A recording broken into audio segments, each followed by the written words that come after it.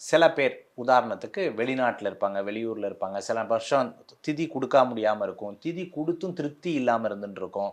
அதே மாரி பார்த்தீங்கன்னா, மாசம் மாசம் அமாவாசை கடைபிடிக்காம இருந்திருப்பாங்க. டெய்லி காகத்துக்கு சாப்பாடு வைக்க முடியாம இருப்பாங்க. இந்த புரட்டாசி அமாவாசையில குடுக்கும் பொழுது, அது பெரியவர்களுக்கு போய் சேர்றது.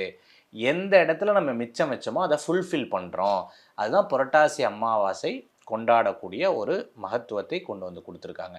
இப்ப இந்த புரட்டாசி அமாவாசை என்ன பண்ணுவாங்க அப்படின்னு பார்த்தீங்கன்னா, வீட்டுக்கு பக்கத்துல இருக்கக்கூடிய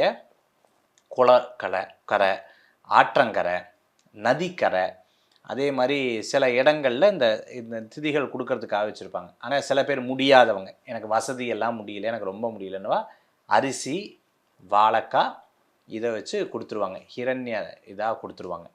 எனக்கு முடியும் அப்படின்னு சொல்றவா, பிண்டம் வச்சு அங்க உட்காந்து, அவங்களுக்கு பெரியவங்களுக்கு தர்ப்பணம் குடுத்து ஆற்றங்கரை, கொரக்கலையில கரைச்சிட்டு வருவாங்க.